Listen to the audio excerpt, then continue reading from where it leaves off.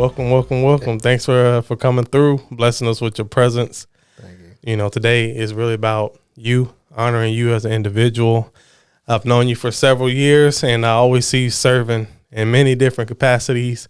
You know what I mean? So when I thought about starting this podcast, you were one of the first people who I considered reaching out to have on the show, because I always see you, man. You always moving, you always serving, you always doing something, you know, similar to myself. But at the heart of it, I've always seen you just be a person of the people. And that's one thing I've always admired about who you are and what you strive for. Man, so I'm not going to steal your thunder, man. Why don't you just Oh man, you doing good. Doing good. why don't you just tell us about who you are? Oh man, well again, first of all, thank you for inviting me. Second, it's been too long. Last time I saw you, my son was in 8th grade. Man, He graduated high school. dang. Yeah, so you did his 8th grade photos. Yeah. You might need to do the senior photos now. I mean, come on with it. Yeah, we need to make that happen. But so Derrick J Wilson, you forgot the J, man. You know. Oh man, yeah, we got to put the J in there. Now we got to redo it and start over, man. Oh man, You know how they Wheezy F baby, you know, Derrick J Wilson. But no, so the J it signifies my grandma. I was raised by my grandma till she passed away at 10 years old, Houston, Texas, and so you know that's Jones. Her last name was Jones. Technically, that's the J is part of my I guess brand now. But originally from Houston, Texas. Born and raised, was on the other side of the track, man. That crack pandemic hit my family pretty hard. oh man, And so it was in the midst of all that. Grew up in the 90s, born in the 80s, but grew up, my formative years was in the 90s. And the struggle was real. I know what it's like to have one AC unit in the whole house, the window unit. oh yeah, Whole house. Eventually we graduated to multiples in the house, and then central air and all that good stuff. But,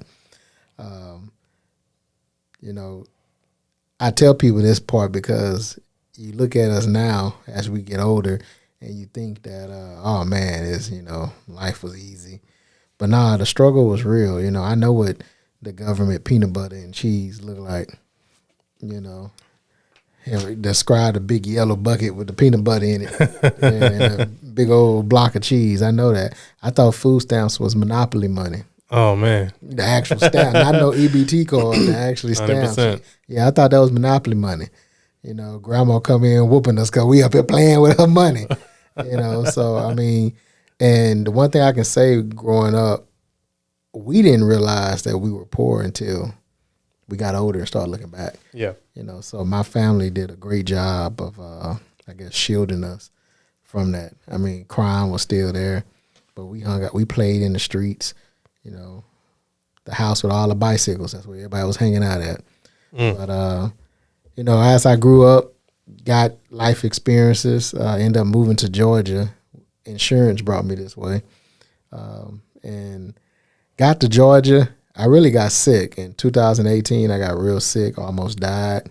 I tell people I think I had COVID before COVID was a thing. To this day, they don't know what it was. It wasn't. I thought I had the flu. It wasn't the flu, but I had, as we progressed to 2020. I told my wife Maria, I said, yeah, I had all the symptoms of COVID at that time, and so. That was a wake-up call to not just go through life and, getting by. I mean, we were doing well, but how you got that list, bucket list. Yeah. Shoulda, coulda, woulda, I guess we. And so as I'm laying there, I started researching. I've always had a background or interest in government, public service. I grew up in the church. I was a youth minister for a while, so I've always been involved in church. And so, but I always had a passion for government. I was the kid in elementary watching Bill Clinton State of the Union. Mm. You know, I was the kid, you know, laughing at Bush jokes in high school and middle school. And so as I got older, so when I was on my deathbed or laying in the hospital, started researching, looking at who are the electeds in my area, what can I run, you know, find out where you live, find out your district, who can you run against. And so that was at March or April of 18. And then January 1st, 2019, my older cousin was the first homicide in Houston, Texas. And so that, well, before then, so my wife, my mother-in-law passed away on my birthday in October of 2018. So I'm already like, okay, wow. And then my cousin died 2 months later in January, or 3 months, whatever, later in January. And so at the funeral, a good family friend at that time, she was just elected to city council. So I started asking her, well, how did you do it? What did you do? Blah, blah, blah. She told me what she did and what I needed to look up and do. And so when I got back in Georgia, I went to the first meeting, Democratic meeting, in January 2019. And at that meeting, I guess I was motivated because I stood up. I'm Derrick Wilson, and I'm running for county commissioner. Oh, okay. First meeting. And so that was the beginning of my my journey. I remember that. I actually worked with you on that campaign a little bit. Yeah. Some video and some photos and all that stuff. Yep. And that's where we met while I was I want to say I met your mom first. Yeah. Yeah. Can't forget that woman. Yeah. I met your mom. She made cakes. Oh yeah. I went to I don't say a church barbecue, I think. Church barbecue at Briscoe Park. And that's where I met her, met you. And then Alfonso. Is it Alfonso? No, not Alfonso. He got another famous name. Last name Murphy, though. What's the Oh, no, you're talking about I'm about to say, you heard me? Another famous name. Yeah, so I met him. And then my dog. Yeah, so we just stayed in contact. But yeah, that's how I got into politics. I step out, a leap of faith, one of those bucket lists. I ran, I won. Put that out there. I won the primary. Yeah. But in Georgia, you got to get 50% plus one. And even though I had the most votes, I didn't have 50%. And so we went into a runoff, and I lost the runoff. And I believe everything happens for a reason, because don't make excuses. Not, I tell people I'd have made more money since I lost than I was making before. But I was in the hospital. A lot of people didn't know that. So stayed in the hospital. But I was in the hospital, right? I went into the election was June 9th. That was for the primary. I went into the hospital May 31st. Wow. And as I go back and look at some of interviews, and because it was in the middle of COVID, in 2020, especially just before any vaccine or anything was created. And so if I look, I did a chamber. I did a chamber forum, and I did a video for E. Mubarak. And I go back and look at those videos, and I want to say the videos that we did. I go back and look at those videos. I was sick.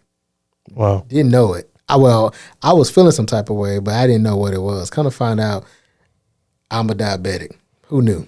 I didn't know. So when we finally checked, they ended me into the hospital. My sugar was like over 600. And just for people who don't know, your blood sugar supposed to be under 100. And so, but I didn't know what it was. I just, I was thirsty a lot. But I go back and look at the videos, I can hear myself slurring and all this and that. I'm like, man, I wonder if other people can hear it. But leading up to the election, I was sick. And so, didn't know it. I was just steady pushing through. And it's ironic because in February of that year, I got life insurance, blood tests and all this and that. I was not a diabetic. Yeah. I was like right below pre-diabetic. And so months later, and my A1C, again, normal A1C, I think supposed to be, 4 or 5, something like that. I was 13, high. Yeah. I think diabetes is managed diabetes is like 7, 6, 7. I was 13. Again, 600, over 600. My machine that I had at home that we ended up ordering to test it, it said over 600. They never told me my number at the hospital, but the woman said that the machine only go up to 600. Wow. And so, went to the hospital. I went to a hospital outside of Gwinnett County because you don't want people in your business, and Say that. And since I'm a new person on the block, I'm not gonna get that sympathy vote. It's gonna get that he's incapable of doing the job vote. If I was on the scene for a while, if I was Hank Johnson or something, but I wasn't. So I didn't feel like that should be, I didn't tell anybody. A lot of people just now finding out now that I was in the hospital on an election day. And then so when I got out on June 9th, which was election day for the primary, and I won, but as I got out, the doctor was like, yeah, so you on house arrest, basically. Because, again, middle of COVID, no vaccine, I'm officially at high risk now. And he basically painted the picture that if I got COVID, I would die. Wow. So I win. Now we got a runoff. I got to figure out how I'm going to campaign when I can't campaign. So what was your mindset?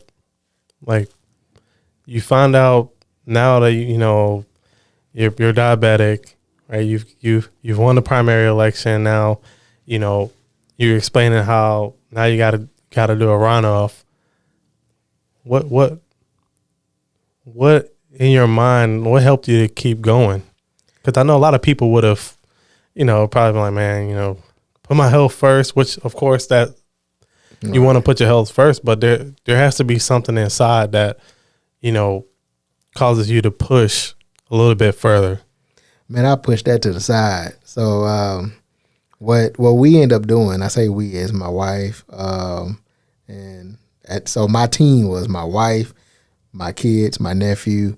You guys did the videos, but the team that's like actually knocking doors or campaigning, politicking. So, we printed out our own mailers. So COVID. So I feel like we needed to send out information that people were willing to keep. So instead of me just saying, hey, vote for me, I sent out mailers that had information about the virus and, washing your hands and all this and that. Canvassing, at that time, people was doing it as they call lit drops, just putting it on your door, all this and that, basically guerrilla marketing. And doctor said that I needed to work out, lose some weight. So we got up at 6 o'clock in the morning, and when nobody outside, there's really nobody out there, and we was lit dropping, and I failed to focus on, which again, my team was very small. People think I had an operation. It looked like I did though, I had top notch A1 videos, from these marvelous people. And, had me looking like I done paid $20,000 or more. And so the videos was coming. RG was on there, so RG was making AI videos. So you had my videos of me, but then you had RG making. And so, I had that on social media on lock. But what I failed to focus on was the mail-in ballots. At that time, everybody had a mail-in ballot. And when I won the primary, I won in-person voting on election day and early vote. So I said, well, I'm just going to focus on that. Well, it's two things and then most, older people do mail-in ballots. And so I was like, well, I lost that anyway. I lost mail-in ballots in the primary. So I was like, I'm going to focus on what I want. Well, I didn't play into the fact that the election day for the runoff was August 11th. That was the weekend that college kids went back to school. So that Tuesday, college kids was back at school on that Monday, August 10th. So obviously I won overwhelmingly the younger vote. Well, I didn't play into that. I should have been maybe no excuse to them. They should have voted, period. But Period. you know, I probably should have told them, well, if you are going back to school, either early vote or mail in your ballot. Because I lost by 500 votes.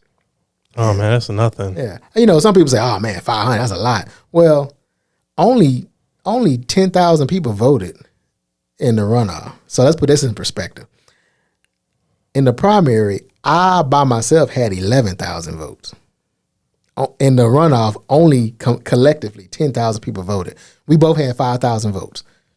Wow. And then so if we using whole numbers, he had 5,500, I had 5,000. Yeah. You know, we using whole numbers. Obviously, it wasn't that cut and dry, but it came out to be like 500 vote difference. I was within the margin where I probably could have demanded a recount. You know, if I would have known then that, you know, we can just demand a recount and just find me, you know, 500 some more votes. No, I'm talking about Trump. I would have done it. But So funny. that was 2020. So that was after. Yeah, that was the same year. But that was in the primary. He didn't do that until the general election. Dang. But yeah, so I accepted it, whatever. I lost. First, I mean, so that's when it kicked in about the shoulda, coulda, wouldas. What could I have done better? I learned, but then now it's like, okay, now I need to focus on my health because it wasn't. I mean, it really wasn't a factor.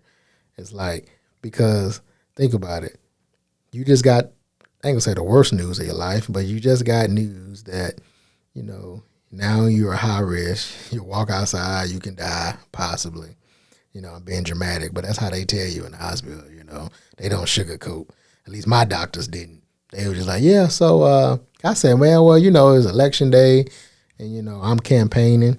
And it was like, well, you know, if you win, you know, you go to your party and then you be dead before you get sworn in. Mm. Or they say, if you win, you know, you do a little statement, let them know that you ain't way to make it, and you care about your health. Yeah, well, I'm like, whatever. You know, I already made a decision. If I would have won outright, no primary, no runoff, I would have went to the board. No facts. Yeah, hey, I just deal with that. You know, we all had masks on anyway. So. Yeah. But so now after that,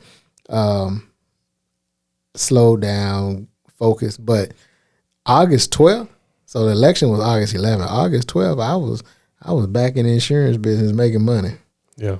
You know, it's like, you know, I put my life on hold for a whole year and a half, sacrificed, you know, for the better cause. And I had to get back to work, you know. We weren't living the way we was used to. You know, it was a sacrifice. And then not to mention, I didn't really start raising money until after I won the primary. So I started running in January of 2019. The election was June 9th, 2020. Mm. And that's when money started pouring in. Oh, okay, wait a minute. You know, we might need to support this guy. Well, thank you. But, you know, so it was fun. Then it opened the door, though, as you know, once it was an upset. I wasn't supposed to win anything. I wasn't supposed to go to the runoff. If I was going to the runoff, I definitely wasn't supposed to be in first. At the most, I was second, you know, because the guy that ended up winning it all, he had name recognition. You know, he's supposed to have been somebody. And then the other people, you know, was recruited, and so they were supposed to be somebody. And here I am, you know, one was a former city council, other people, urban league. And here I am, just a insurance adjuster, business owner. And I had one person call me a transplant, which I found interesting because everybody in my race was not from Georgia, but they single-handed, they called me out, you know, as the transplant. I feel like I was shaking things up. You know, I definitely ran against the establishment, as they call it. And I take pride in that because I've never been a puppet. And once I did go the route that my friend told me, go to the party, this and that, follow the rules and this and that. But once I realized that they wanted someone they can control, that's when I was like, well, that's when it clicked to me. Well, it's only 30 people here in this meeting. I need 15,000 votes. There's only 30 people in this meeting. I'm going to try my chances of trying to meet these 15,000. So, but that's what got me. I just went back to the roots, started, reaching out to people. I did Holiday in the Park. I dressed up as Santa Claus. I'm running for office. People don't do that running for office. Who dressed up as Santa Claus running for office? But I think what made my campaign different was at some point it switched from a campaign to just helping out. I did food drives.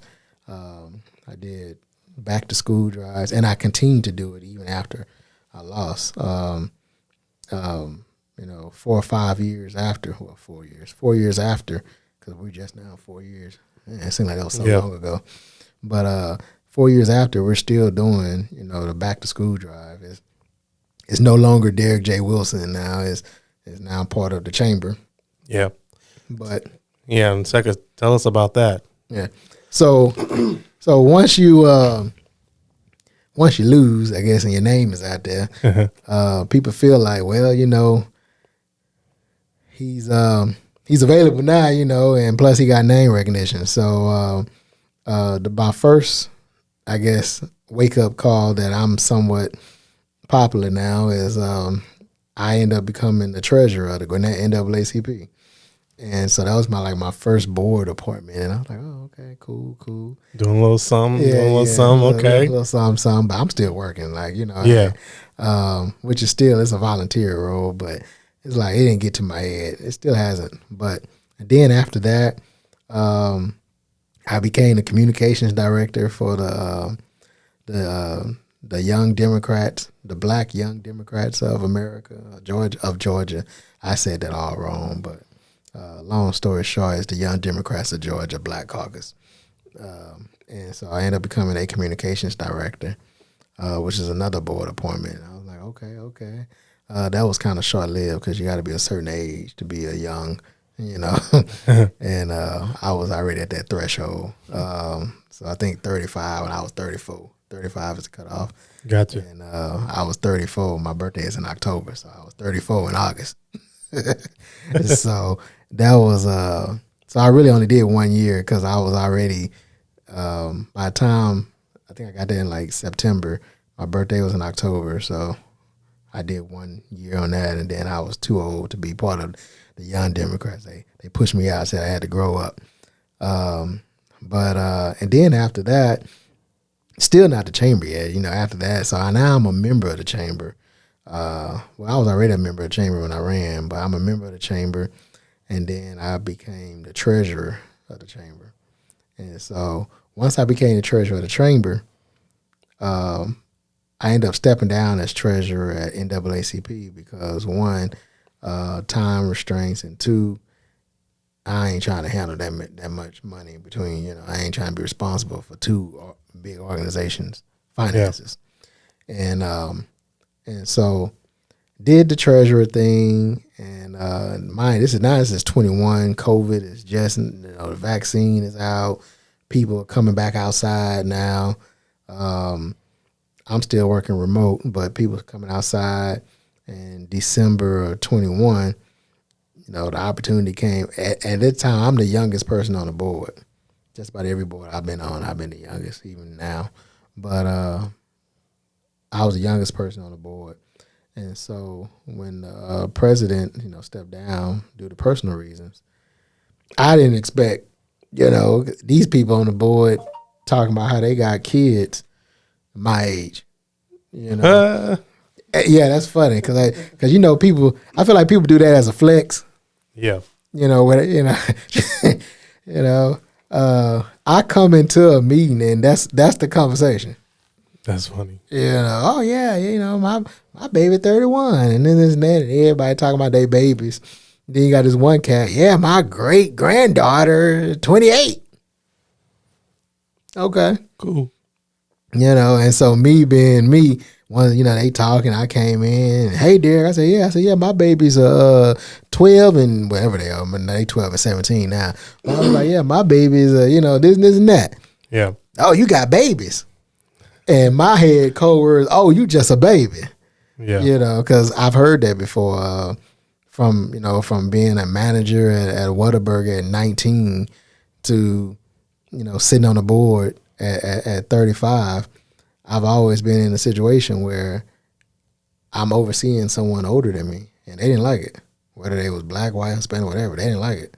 Yeah. And, you know, I guess now that I'm older and I've been in spaces where, you know, the younger is a supervisor or what have you. And, I mean, okay. I tell myself, I'm like, well, damn, was I like this when I was, was I like this at 20? Hope not. Right? You know, and Blast from the past. right. Because it's funny, you know, and now that, I guess now we're middle-aged, and so when you're middle-aged, I mean, you still got some older folks that you can talk to, but you're younger. And so I go to the older people, I be like, so that's how I was, you know, that's how we were. Ah, man, y'all young folks, but then they still y'all young folks.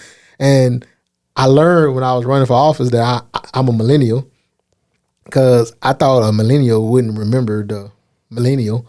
You know, yeah. I remember Y2K. Mm-hmm. You know, I was born in the 80s. You know, how am I a millennial? You know, I was like, nah, but found out I am a millennial. And so they group all of us together, you know. I'm like, you know, I'm an older millennial.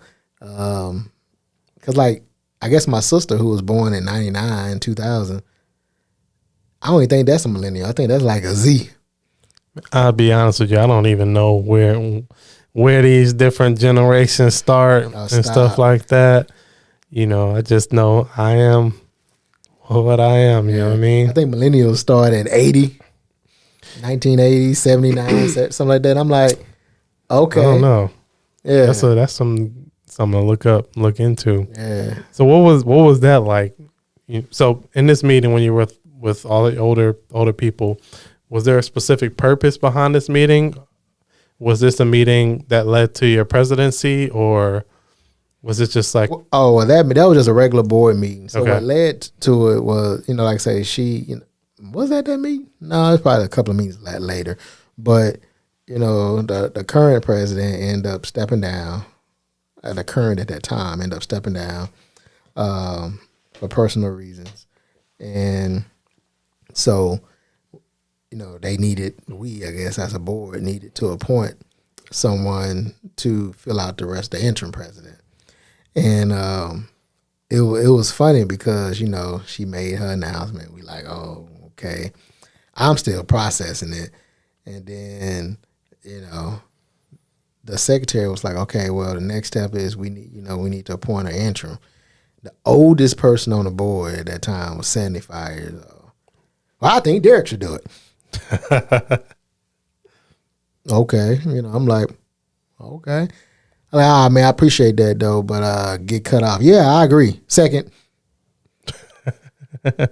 So I'm like you. I said, well, I don't even think that was a motion. All in favor? Wait a minute.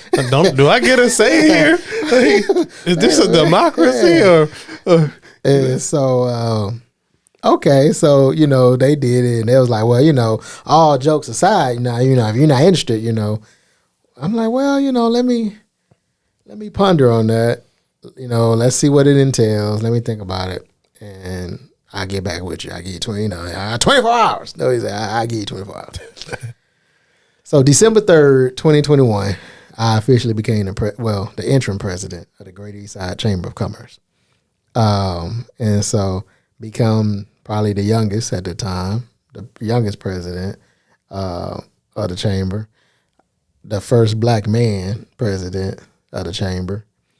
And so, yeah, so I accepted it. And then I said, hey, we need to have us a gala in 3 months. Most people, organizations, they plan the gala out of the year. Yeah. I said we need to have a gala in March. March 19th, 18th, whichever, 19th was the day. 2022, we had a gala, reintroducing ourselves. And that was the beginning of my presidency. And so at that time, a lot of people don't know that. Again, this was at the end of COVID. At that time, we had 17 members in our chamber. Wow. 17 members, and 7 of us was board members. So 10 members, 17 members. As of today, we're hovering between 115 and 125 members. So, it's been a team effort. It's been some ups and downs. I done bumped some heads. I done pissed some people off. People done pissed me off. We've been through a lot. I've grown a lot in this position. I've learned a lot as well. And even though this is not politics, it's politics. For sure. It's politics. Oh yeah. You don't scratch somebody's back hard enough. As one of the sayings I keep hearing, I need to learn how to play well in the sandbox. And I told one person that said that, I said, well, I don't even like sand.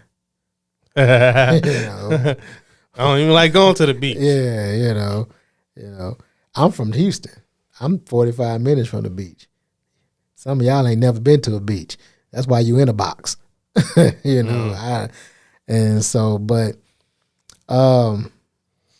learning. Some stuff come with age. Some stuff come with bumping your head. It don't matter if you're 2 or 22. You keep bumping your head on the same thing. At some point, you're gonna learn. Or not. 100%. You're just gonna be a knothead boy, little knothead boy, I guess. But it's been a challenge trying to navigate a space that's not that wasn't intended for people that look like us. And so that's been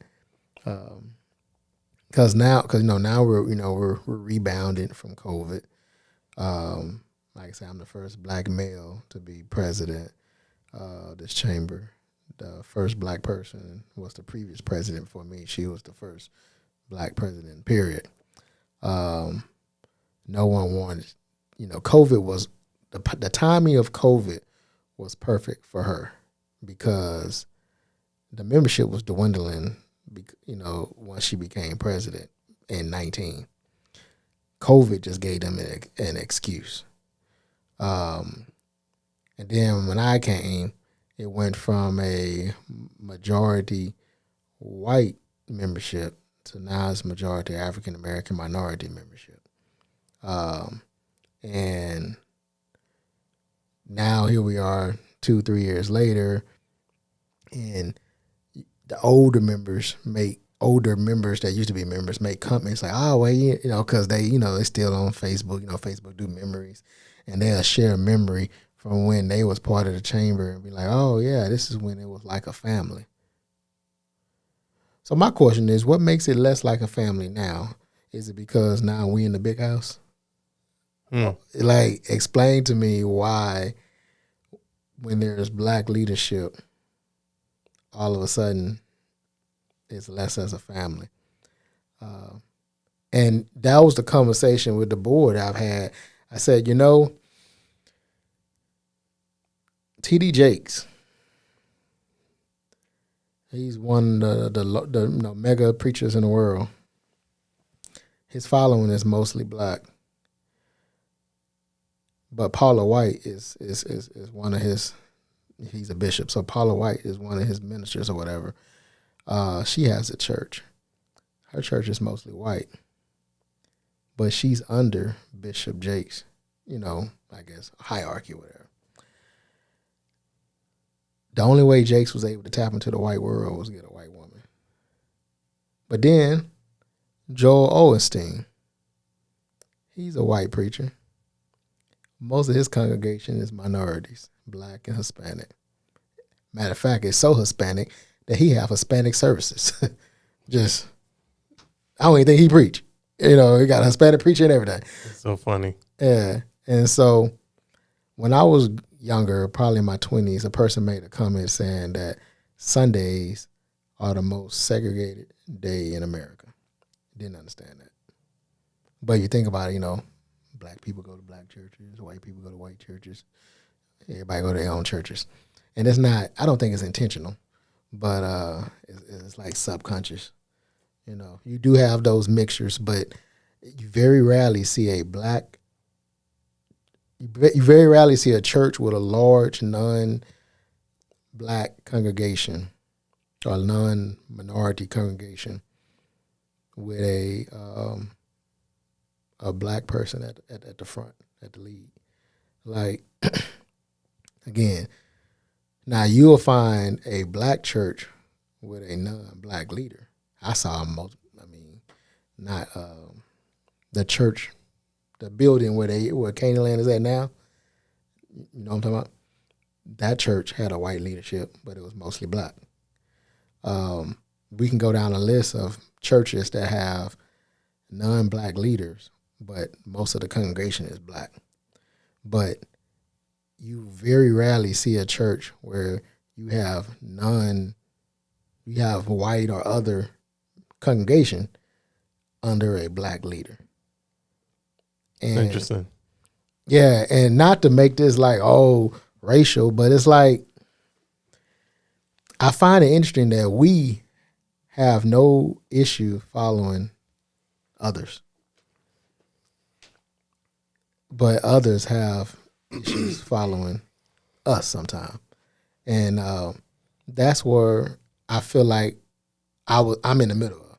I don't care now. I mean, you know, it's 3 years then, but I'm in the middle of, if I step down today or died or whatever, and the new president is a white person, it'll be 300-400 members before I'm in the ground, probably. Because, you know, but the demographics in that area is changing, but they still are the, you know, non-minorities are still all the number one business owners in our area. Our area is Snellville, you know, Grayson, Loganville. I expanded our area to include Stonecrest, Lithonia, Conyers, Decula, and parts of Lawrenceville. And people say, "Oh yeah, you expanded it, you know, because there's more of us there." Well, no, I expanded it because this region, we're called the Greater East Side. We're not, you know, Greater East Side Gwinnett. You know, if they want us to stay in Gwinnett, they would have named us that, just like the Southwest Gwinnett did. They're Southwest Gwinnett. We're the Greater East Side. The areas that I named, Covington, that little region, there's no real representation. Each county, you know, DeKalb, Gwinnett, Rockdale, Newton, and then parts of Walton because of Loganville. Each county had their own chamber, but but the people in these regions don't really feel connected to those chambers because of either the size, you know, the size of their business or geographic location. You know, as we know, the Gwinnett Chamber is on mostly, you know, 85 corridor area. And we can say that about every other chamber. And then they're focusing on the medium to large businesses, whereas the micro businesses and the small businesses, and if you haven't quite made it to medium, but you're not small, you know, where are you going to get your support or what have you? So, like I said, we've grown tremendously since I've taken over, you know, 17 to, like I say, 115, 120, 25. And we're continuing to grow. You know, we're bringing in, you know, new, and we're the only chamber that's being led by millennials. Let's put that out there. I think it's Put time. it out there, man. Put it out there. I think it's time for us to be in leadership roles. You know, now, granted, I'm not a fan of, the election results, but the VP is a millennial. Hmm. You know, so, and I think it's time. I've always asked, because I remember growing up, especially in my 20s, older black men or older people in leadership always would say, we need to step up. I mean, you probably heard it. Y'all need, your generation need to step up. Well, how can we step up if you guys don't know when to sit down? I mean, half of the, I ain't gonna say half, it's more than half. 80% of the U.S. government is ran by 65 and up. And out of that 80%, probably another 75% of that 80% are like 75 and up. Wow. That's a powerful statement, man. I mean, the numbers may be wrong, but look it up. I know out of 435 people in Congress, 100 senators and 300 and whatever. Anyway, let's say 500. 500 people in Congress. Majority of the people are 65 and up. Wow. 65 and up. I didn't know that. And people in leadership, from Joe Biden on down, are in their 80s. Nancy Pelosi is older than Joe. Maxine is older than Joe. That's just two. But it's like Mick McConnell, David Scott, he in Congress, he's 79. Like, it's so many people that's making our decisions are, let's say 65 and up. But then they telling us we need to step up. But then when someone like AOC get in there, get so much flack and oh, she's immature, and it's like, we will never be able to step. The only way we can step up now, which it seems like we have to do, is we got to beat you. Now we got to put you out. Now we're looking like we're elder abuse, which was one of my, I feel like one of my challenges in my race was the guy was old enough to be my daddy. He was 63. I was 34. His oldest child was 33. I remember that because he was like, oh, I got 30 years of experience. No shit. And people fail to realize that there's two sides of age discrimination. If I say you too old, obviously, oh, wait a minute, that's age discrimination. But no one talk about when old folks say we too young. That's the same thing. If the qualifications for this job is 18 and up, it shouldn't matter if I'm 18 in a day. I'm qualified for the job. Now, we can find other reasons why you feel like you're the better candidate, but for you to run on, you better because you got 30 years of experience and do a side by side. I mean, life ain't fair, but that ain't fair. Now, if I turn around and say, well, yeah, but he old, yes, he has 30 years of experience, but what has he done in them 30 years? When last time outside of a camera that he fed the homeless? When you start questioning they 30 years, or when you start pointing out that, okay, maybe it's time, if you just flat out say, okay, he has 30 years, but maybe it's time to let somebody else do it. Oh, that's age discrimination. You're trying to say he's too old to do the job. That's why it took Joe so long to step down. I said Joe should have stepped down a year ago. But, people, and then I honestly believe there should be a age limit on president or anything. Anything in the government should be an age limit. And they say, oh, man, that's age discrimination. I have to be 35 to be a senator. If I was 34, I guess in this day and time, I guess I can sue and say that's discrimination. And guess what? They're going to change the rules. Now you can't put an age limit on. If I had to be 35 to be a senator, why can't it say you can't be a senator over 75? You know what I'm saying? Like, why is there a limit? If I had to be 21 to drink, why can't it be a rule that say you can't drink over 75? You know what I'm saying? Like, if there's a rule to say that you're eligible, that should be a rule to say that you're ineligible. Hmm. I mean, I don't see how that's a problem, but that goes back to it's okay to put to say that someone is too young, but it's not okay to say someone is too old. You know, and that's what I've been experiencing, and you know, because the boomers don't want to sit down. I mean, we are millennials. Between millennials and boomers is at least two generations. Well, something special I want to give you just to, thank you for coming out today. It's we got a custom called the Serve Challenge coin.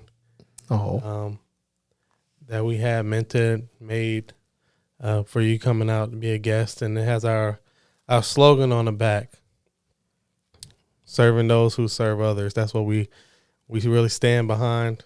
That's what we want to do. That's our mission.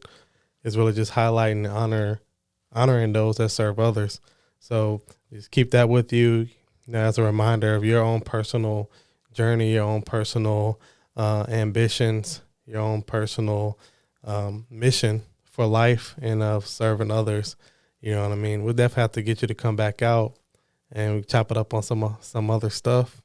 But we just wanted to, just really thank you for taking the time to bless us with your presence, some of your story, and,